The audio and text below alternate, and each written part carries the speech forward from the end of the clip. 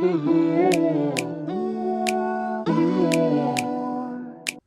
it going, guys? It's Sal from Trim&TuckCarpets.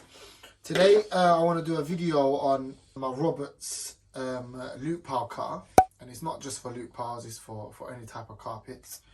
And I'm going to show you how I do my joins. The reason why I want to show you this because there's a few methods out there in the industry where people do their joins. I want to compare one way of the way people do it, and I want to compare the way I do it, because I've done both. I think there's a massive difference in terms of the way it comes out and the final product and the final result. So what I'm going to do is I'm going to show you the normal way that I used to do a join. I'm talking years ago, how I'm going to do that. So I've got a bit of carpet here. It's a bit of wool. So what I'm going to do is I'm just going to cut. I'm going to cut a little. I'm not going to use a lot of carpet, so.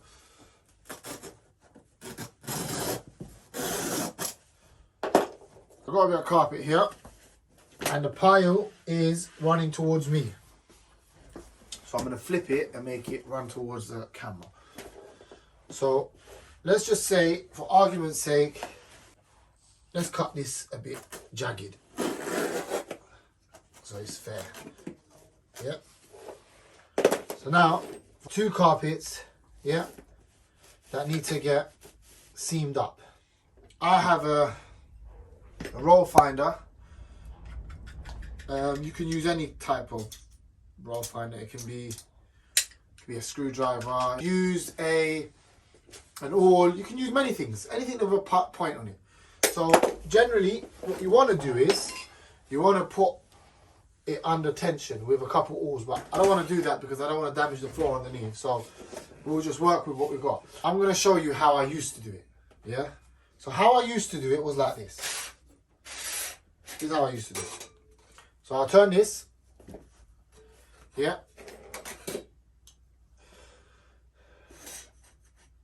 I'll get a straight line. And I'll cut the back. Yeah. I'll do the same here. Get a straight line.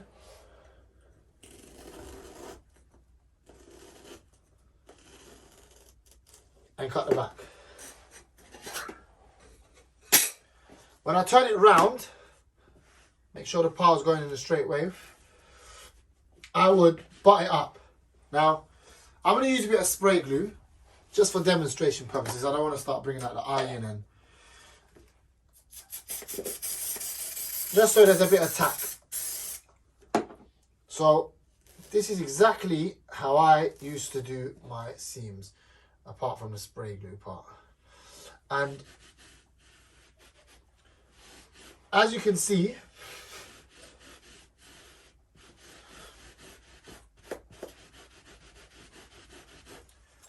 it's come out pretty well. It's come out pretty well.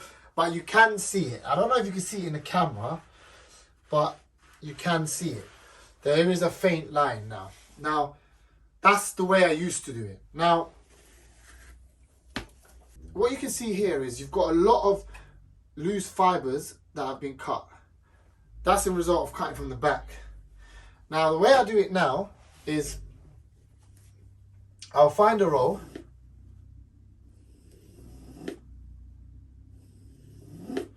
I'll find a roll, make sure I've got a roll.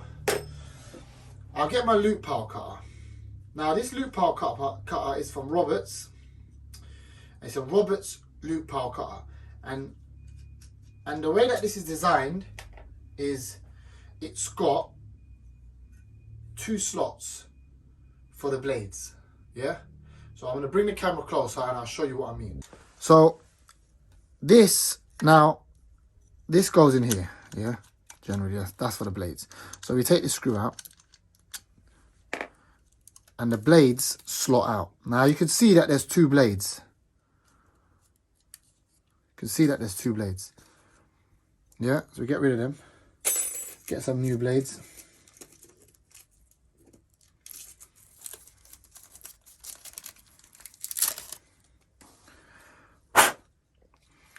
Right, there's one that goes in here.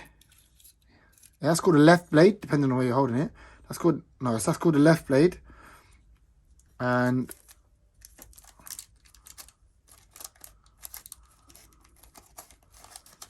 another blade goes in there. And you've got to be a bit careful because sometimes it does get a bit...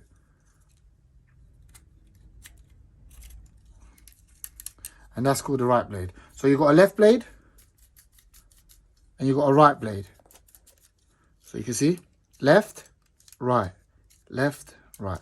So now, if I'm sitting in this position and I'm going to be cutting this carpet, this is going to be my right side because this is my right side joining onto my left side. So I'll push down the right blade. I'll tighten it up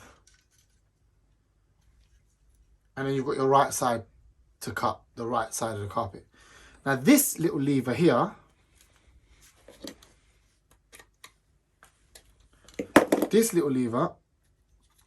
is to adjust the height. See there's a little spring there, just to adjust the height of the actual cutter. So depending on what, you might be cutting some thick carpet, you might be cutting very thin carpet. So it's just to adjust the height. So my carpet is not that thick, nor it's not that thin, it's just medium.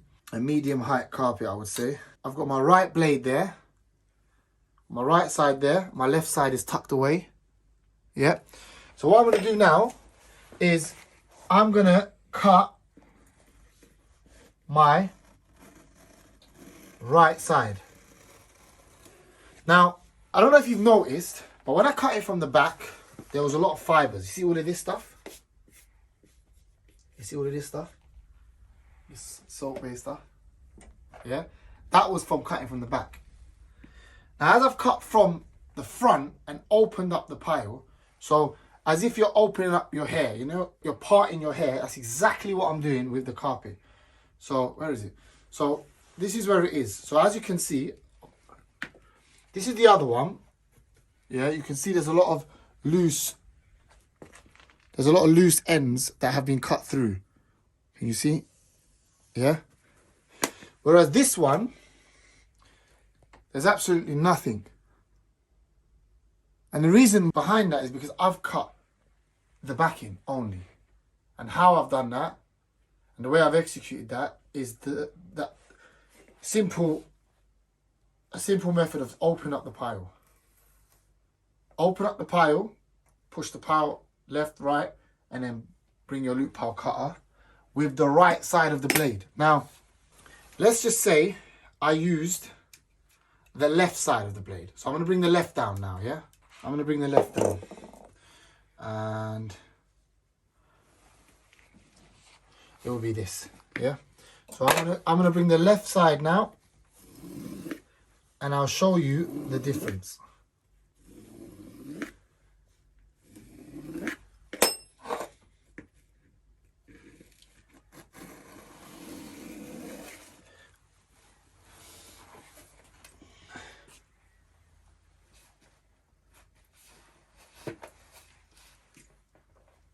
Yeah, so if you come over here,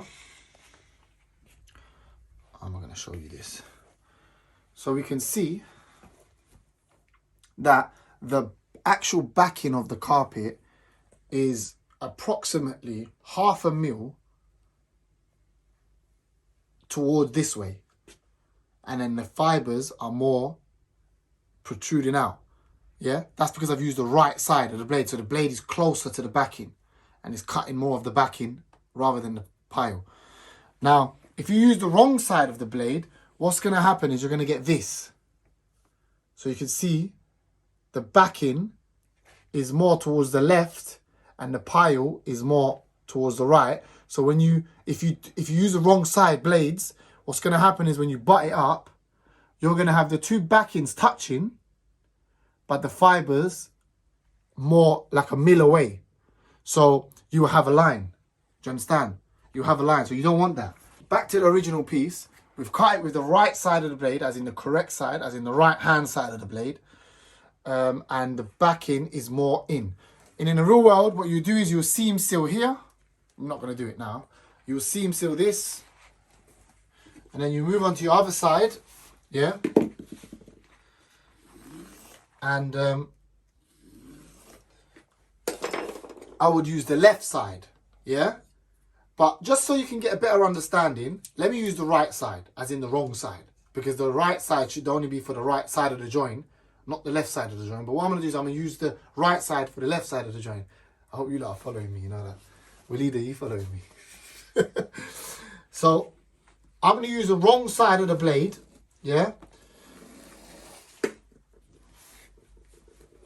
And so there's a faint line here, yeah? And it probably will go if you start rubbing it away, but there's a faint line. And the reason behind that is because the backing should be the left side of the blade. So the blade that I've used is the right side and it's showing more of the backing. So I'm going to switch the blades now. I'm going to put the left side, which is the correct side, because we're using the left side of the carpet. Use the left side of the blade, and I'm going to find a roll. Yep.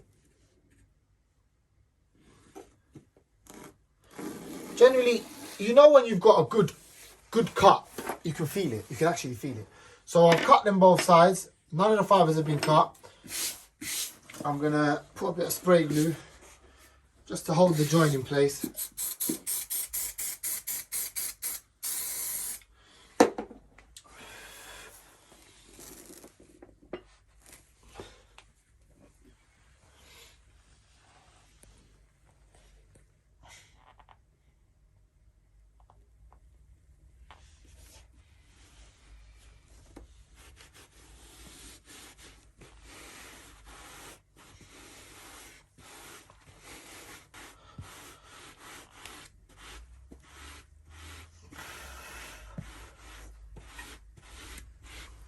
And there you have a seamless seam. Just so you can see where the joint is.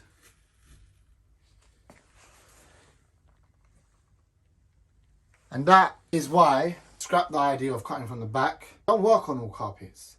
Sometimes you've got a loop pile carpet. You hear that's loop pile. Sometimes you've got a loop pile carpet and you can't cut from the back because you need to see what you're cutting. And these go in between the loops. Likewise, left and right, depending on what side you're cutting. And that is the reason why I don't cut from the back no more.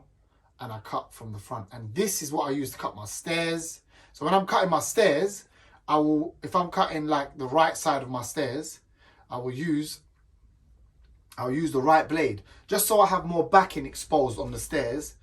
Just so there's not a lot of fibers and it starts to, you understand? So I'll leave more backing on the stairs rather than leave more backing on the joint. But that is where it is. That's where it is.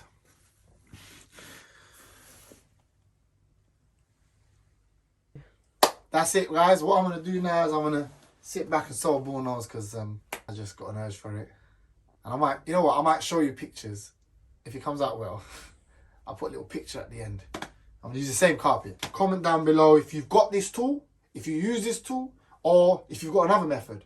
Let me know your methods, how you do it, which way you do it.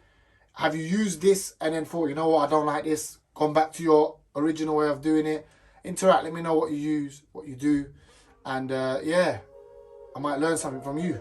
But if you benefited from this, hit the thumbs up, like the channel, share it so others can benefit. And subscribe to the channel because it helps with content. Until then, Trim and Tuck Carpets is out. Bow.